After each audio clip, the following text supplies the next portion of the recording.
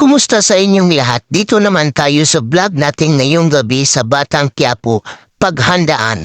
Unang-una sa lahat, ito ay teaser video lamang para ma-update sa Batang Quiapo. Huwag kalimutan i-follow at subscribe ang channel. Salamat po. Dito nga ay nag-uusap si Marcelo at Tanggol na nakaraan nito sa kanilang buhay. Sinabi ni Marcelo na set up lang siya sa mga pulis kaya nakulong ito sa bilangguan. Si Nita at Marcing ay nag-usap tungkol sa sitwasyon ng mga anak nila ito at kay Mocha. Si Noy at Tinding ay nag-usap ito tungkol kay Tanggol dahil sa pag-alala ito ni Tinding. Si Tess ay nag-iisa, sinabi sa sarili niya at sa pamilya tungkol sa anak niya. At dito sabi ni Nita na kailangan natin ng ibang income. Sabi pa ni Nita kay Marcing. Nag-usap si Tess at Mando nito tungkol kay Elena at Rigor dahil may nakitaan silang relasyon silang dalawa ito.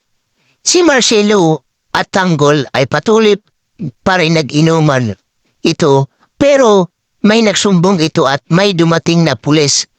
Ito kaya dito ay nag-alisan sila agad dito sila dumaan sa likod at sinabi ni Marcelo na kung sasama ka sa akin at makikinig ka sa akin, ilalabas kita sa bilangguan. Si Tess ay may nakita sa cellphone na si Alina ay nagtitext ito.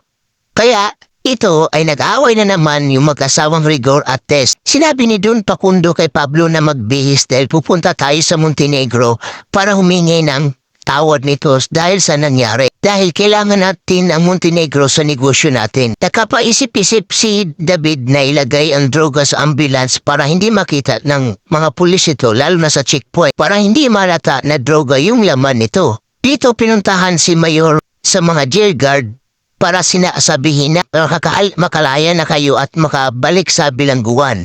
At tuwa ito ni Celso. Dito ay sinabi ni Marcelo na gusto niya kuhanin ang loob ni Tanggol para makasama niya ito. Abangan bukas sa Batang Quiapo. Huwag kalimutan i-follow at i-subscribe ang channel. Salamat.